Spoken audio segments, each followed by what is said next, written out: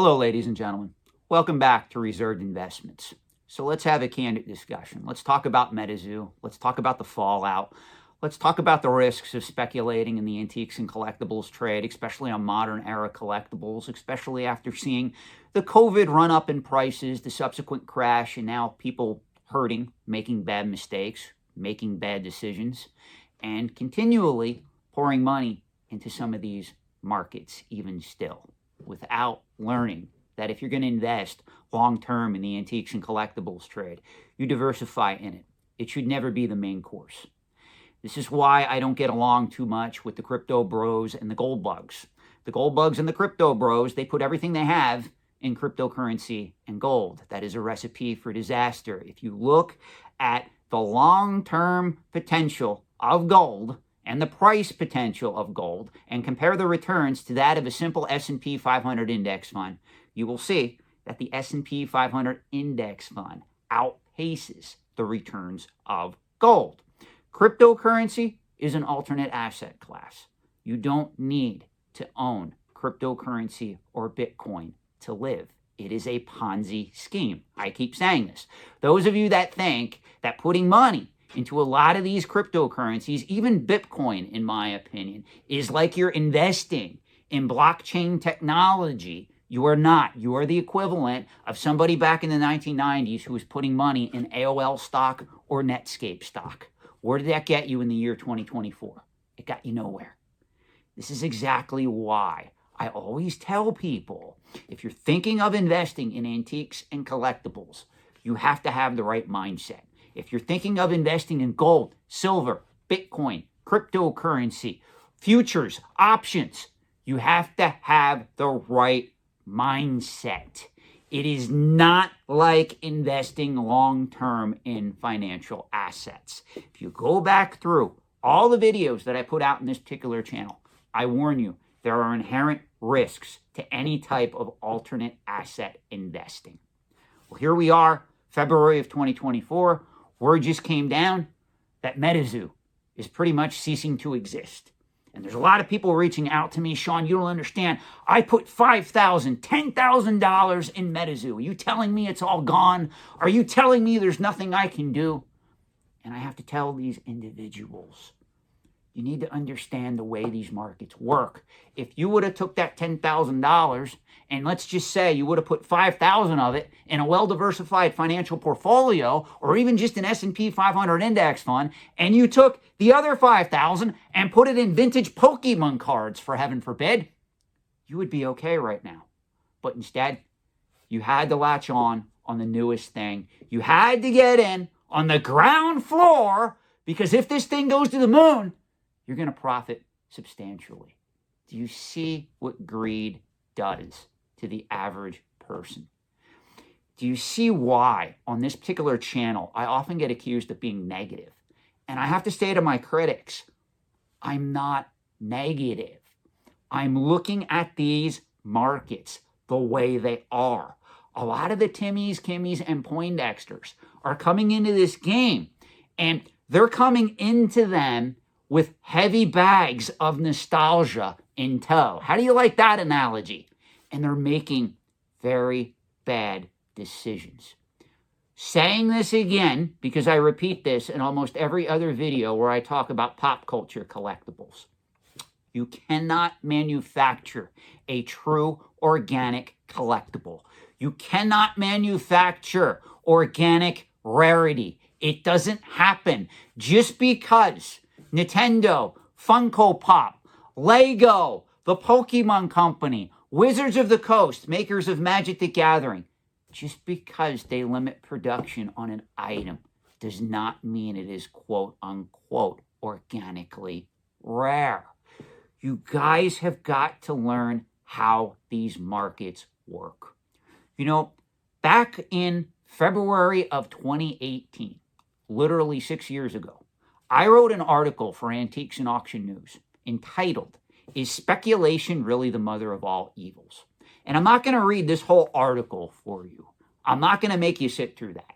But what I am going to do is read like the first 3 or 4 sentences of this article, so you get a feel of how I analyze these markets, because it's really going to change your mindset if you start to understand true collectible finance. So here we go. In the 2010 movie, Wall Street Money Never Sleeps, an aging Gordon Gekko, played by Michael Douglas, cautiously declares that the mother of all evil is speculation. While Gordon Gekko was referring to what occurred during the disastrous 2008-2009 financial crisis, he could have just as easily described the modern day antiques and collectibles trade as well. I have been banging my fists against a wall for many, many years, trying to put some sense into the minds of the individuals that have a speculator mindset and try to come into these markets. I've said this before, I will say it again.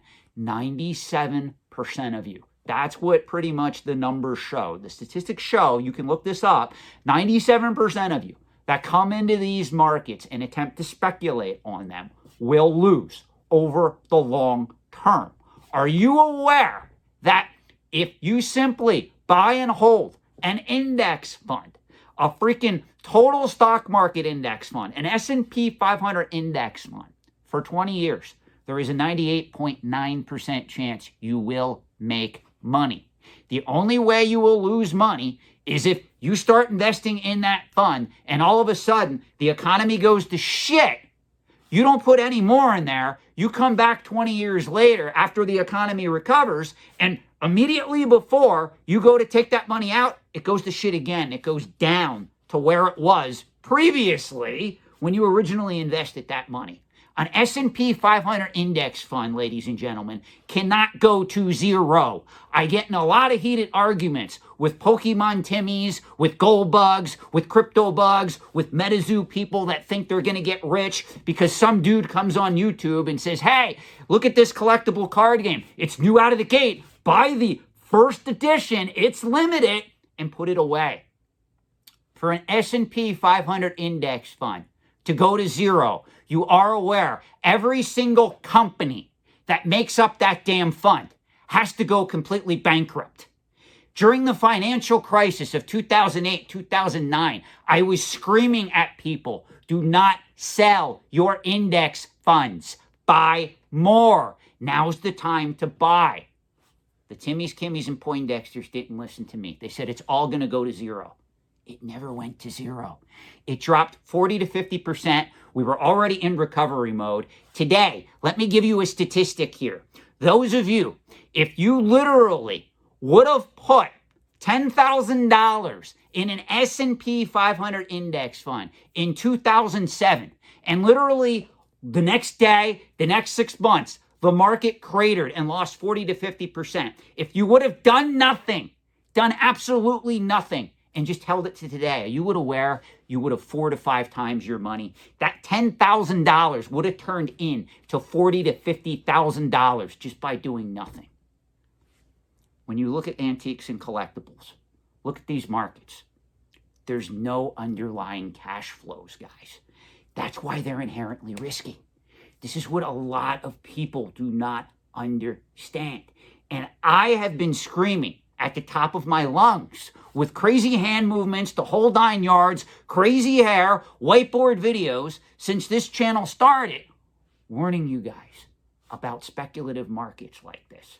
And a lot of you, instead of taking my advice, you send me nasty emails, you send me death threats, you troll me. And I'm going to be honest with you. This is why I haven't released a video in 7 days. Because when MetaZoo went under, I remember telling myself, you know, I've been screaming about this now since 2019 on YouTube. I've been writing articles for Antiques and Auction News from 2013 on. If the Timmies, Kimmies, and Poindexters can't learn by now, is there any hope for them? Is there any hope for the human race? You know, I'll be very honest with you guys. I do not have much hope for humanity. I really don't. I'm sorry to disappoint some of you out there. So once again, we have to have this conversation because it does matter. And believe it or not, I want to help you guys, as much as a lot of you hate me, as much as a lot of you sit there and think that I tout negativity against the antiques and collectibles trade on a regular basis, I'm sorry to tell you, I get a ton of emails. I get a ton of messages from people that I helped. People who really love the antiques and collectibles trade and now realize, hey, I've been investing pretty heavy in a lot of these collectible markets. I have $50,000 in video games and only $1,000 in a savings account. Maybe I should have $30,000, $40,000 in an investment account, $1,000 in a savings account, and maybe $9,000 to $10,000 in video games, and maybe my life would be so much better. That's how you got to look at these markets from a financial perspective. So to those of you out there that were burned by this particular card game going under, please do not be bitter about this. I understand that some of you lost more than others. There were people that I knew that were coming to me. They were going all in on MetaZoo. They were going all in on Flesh and Blood. Flesh and Blood is also a very risky investment right now. You guys need to understand. Whenever you see a new product being marketed and people are just cracking open packs, they're getting the cards graded. The cards are coming back like PSA 9, 10 condition, BGS 9.5 quad, CGC 10. And these particular items are then seen selling for thousands of dollars on the secondary market. When you tell the Timmies it's a bubble, the Timmies tell me, Sean, you don't understand. Those are cold foil cards. They only made X number of cards in every set. You kind of have to explain to the Timmies, Kimmies, and Poindexters that you cannot manufacture a truly organic collectible. It's based on speculation. It takes 30 years for a collecting market to take hold, guys.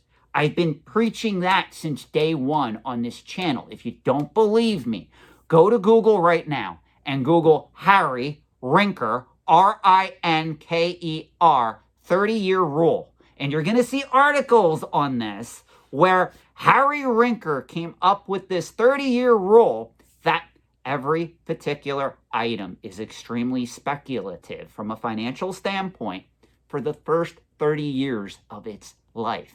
It takes 30 years for a stable collecting market to form. And that doesn't mean, even after that occurs, that the market is established. It means it's still speculative because it's a brand new collecting market.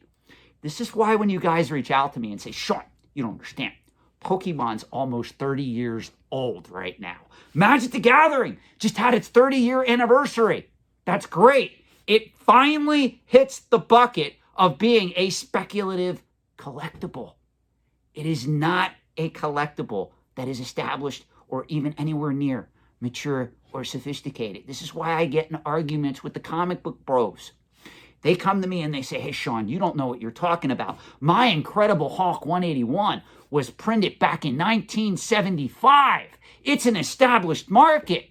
No, an Action Comics 1 is an established market. A Detective Comics 27 is an established market. You can make an argument that most pre-1965 comic books are established, not ones that were produced in the 1970s, let alone the modern era. Now, for review for all of you guys, if you guys really want to learn collectible finance, if you were burnt by MetaZoo, or maybe you're unsure as to what markets to invest in the overall antiques and collectibles trade. And again, I want to caution you guys, if you're playing any of the modern era markets, it doesn't matter if it's video games, Lego, Magic the Gathering, Pokemon, Funko Pop, whatever it is, you need to understand that you are better off dipping your toe in those markets and just speculating. Buying items, holding them until they go up in value. When they go up in value, sell the particular items off, take the profit, and actually put it into vintage products. You know, I have nothing against people that come to me and say, hey, Sean, I'm financially established. I have like 300 grand sitting in an investment account, and I want to put like $30,000 in vintage Pokemon cards or comic books or Magic the Gathering or whatever it is, rare coins, vintage toys. If that's you and you're in that position, by all means, you can diversify, you can invest long-term in the antiques and collectibles trade, as long as you don't go all in and as long as you understand the risks. So I'm going to sum up the end of this video with a little bit of a review. And before we get to the review of the books that you should be reading, if you want to learn how these markets work, let me just caution you on something out there. You know, guys, we're in a unique age with social media, with the internet, with YouTube, with TikTok, with Facebook Reels, with Facebook collecting groups, collecting forums, the whole 9 yards. And there's a lot of people out there that make a shit ton of money just by putting out content. And a lot of this content, I hate to say it, but in the year 2024, a lot of it is very misleading. And in most cases, it's very dangerous. Be very careful what actions you take based on the content you come across on Facebook, on TikTok, on YouTube, even my videos. I love the people that watch my videos and actually critique my work. They'll like send me questions. They'll try to pick my brain because I honestly want that type of critical thought being applied to what I teach on this channel. Whether you love the content I produce, whether you hate the content I produce, whether you think I'm the Antichrist reborn, or whether you think I'm Jesus Christ or somewhere in the middle, I don't care. I want you guys to apply critical thought to what you come across on YouTube and ask the question, you know, this person has X number of subscribers. This video that he just put out, or she, is getting a lot of traction. What are they attempting to sell me on? Why are they telling me that I need to think in this way or invest in this product? It's good to question what is. It's always good to question the status quo. If something doesn't feel right, listen to your gut instinct. Listen to how you feel inside. Try to think things out from a logical standpoint instead of getting emotionally attached right away and saying, well, it's Pokemon, or it's Magic the Gathering, or it's this new collectible card game, or it's something that Nintendo released. It can't fail. It's going to go to the moon. Everybody's going to want this stuff. There's a lot of money flowing into these markets, even now with the subsequent crash being off of the COVID highs. You can make money in the antiques and collectibles trade, both over the short term and over the long term. That's what I teach on this channel, Reserved Investments. But there's a right way to do it, and there's a wrong way to do it.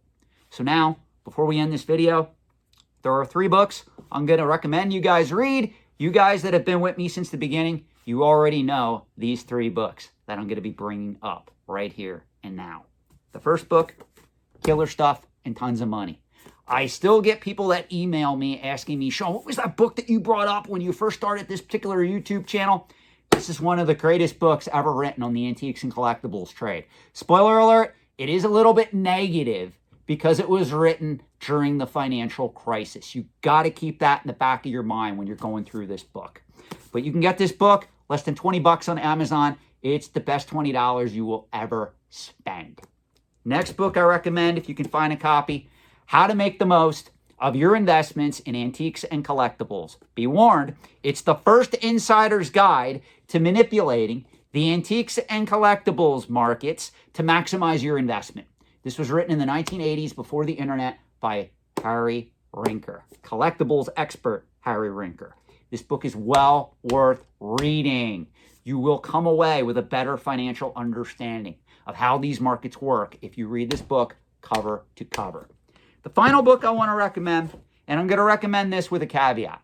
This is a higher end finance book. There's a lot of graphs, a lot of formulas in this book.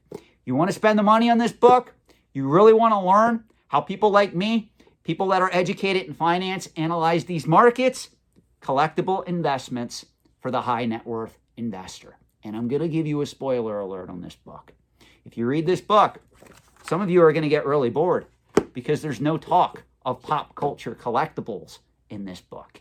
This book is geared to people who are investing more in high-end art, rare coins, items of that nature. And if you understand the concepts taught in this book, there's a reason why those type of investors go after those items on the antique side of the trade rather than attempting to play the long game with pop culture collectibles.